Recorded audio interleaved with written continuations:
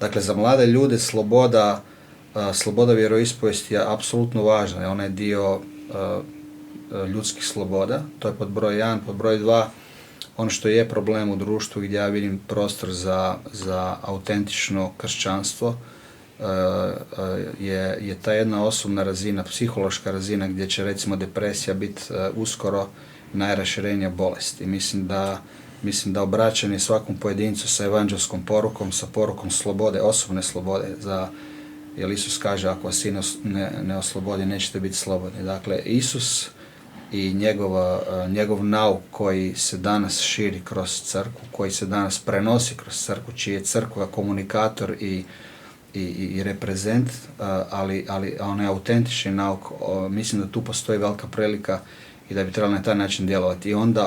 I onda sa slobodnim pojedincima se gradi slobodno društvo. Dakle, s jedne strane, s državne strane, apsolutno treba zajamčiti vjerske slobode i sve slobode.